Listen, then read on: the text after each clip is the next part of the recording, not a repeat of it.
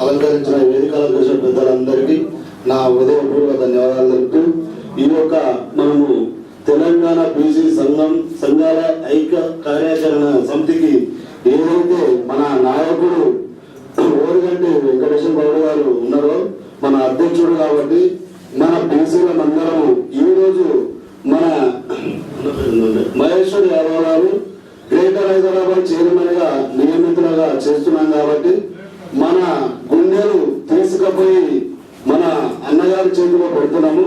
బీసీల పోరాట ఐక్యత ఏదైతే ఉన్నదో ఈ రోజు ఇంతవరకు తెలంగాణ ఉద్యమంలో ఎంతమంది బీసీలు తెలంగాణ పోరాటంలో చనిపోయినా మన బీసీలను ఎవరు కూడా లెక్క చేయడం లేదు, ఏ రాజకీయ పార్టీలు కూడా లెక్క చేయడం లేదు.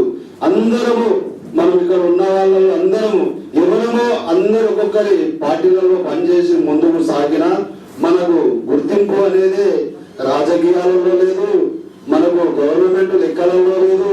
మనది ఎక్కడ కూడా ప్రభుత్వమే కాదు ప్రజల్లో కూడా రెడ్డి నాయకులలో కూడా ఎవరైనా వాళ్ళు చూసుకుంటూ పోతూ ఉంటే మనము రాజకీయ పార్టీలలో చూస్తున్నాం, బస్తీలలో చూస్తున్నాం, కాలనీలలో చూస్తున్నాం, ప్రతి ఏరియాలో ప్రతి దగ్గరలో చూస్తున్నాం. కానీ ఒక ఆటో కార్మికులు ఉంటారు, ఆటో కార్మికులను గుర్తిస్తారా? రెడ్డి ఎవరు గుర్తించారు. మన కష్టాలు అన్ని తీరాలంటే మనము ఐక్యతై ఆటో డ్రైవర్ నుంచి రిక్షా ఏదైతే లారీ డ్రైవర్ తో సహా పూర్తిగా ప్రతి ఒక్కరు రంగంలో మనం ఉన్నటువంటి బీసీలు ఎంత మంది ఉన్నామో అందరము పోరాడి కలుసుకట్టుగా పనిచేసి పోరాడితే రక్త మన బతుకులు తెల్లారమని నేను సభ సందర్భంగా మనం చేసుకుంటున్నాను. ఎందుకనో ఇవాళ నుంచి మనము ఈ రోజు నుంచి అన్నగారు చైర్మన్ గా ఏదైతే ఎన్నుకున్నామో అన్న ఆధ్వర్యంలో అయింది, నా ఆధ్వర్యం ఎవ్వరం కూడా వెనుక ముందు నాకు అవకాశం ఇవ్వలేదనో, నన్ను వేదిక పైకి పిలవలేదనో, నన్ను చిన్న చూపు చూసిండనో మనము నారాజు రావద్దు. ఎక్కడైనా మనం బీసీలం అందరం ఒకే కులం బీసీ కులం అంటేనే బీసీలం అంటేనే మనం ఒకటే లేక అన్నదమ్ముల లేక ఖచ్చితంగా కలిసినట్టుగా పోరాడితే కానీ మన బతుకులు తెల్లారు. ఎందుకని ముందు చాలా రోజులు ఇంకా మన పోరాటాలు చాలా చేసి ఉన్నాయి, మన ఈపుల మీద లాఠీలు విగేటి ఉన్నవి.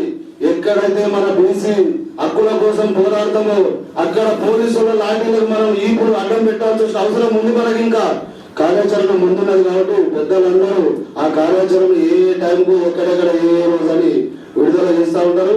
మనం అందరం ఇలా బీసీలను గింతే మంది ఉన్నామని నాకు ఏడుపు వస్తుంది. ఎందుకంటే ఈ కార్యాచరణ గింతే ఉన్నామా బీసీలము, గింతే ఉన్నా మన బీసీలం.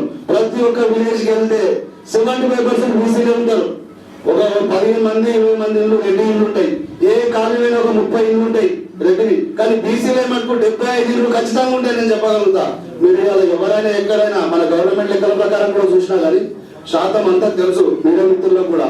రెండోది మనము బీసీ సంక్షేమ సంఘం అని మనం పెట్టుకున్నాం కాబట్టి దీనికి ముందుకు సాగాలంటే మనం అందరము ప్రతి ఒక్కరం చిన్న చిక్క పెద్ద అందరం సహకరిస్తేనే మనం పెద్ద నాయకులు కార్యాచరణ విడుదల చేస్తూ ఉంటాం, మనం ముందుకు పోతా ఉంటాం, పోరాటాలు చేస్తూ ఉంటాం, మన హక్కులను సాధిస్తాము. ఈ యొక్క చెప్పాలంటే ఈ యొక్క అవకాశం ఇచ్చిన నాకు ఈ పెద్దలందరికీ పేరున అందరికీ నా మిత్రులకు అందరికీ నా ధన్యవాదాలు. ఈ యొక్క అవకాశం ఇచ్చిన అందరికీ నేను పూజిస్తున్నాను.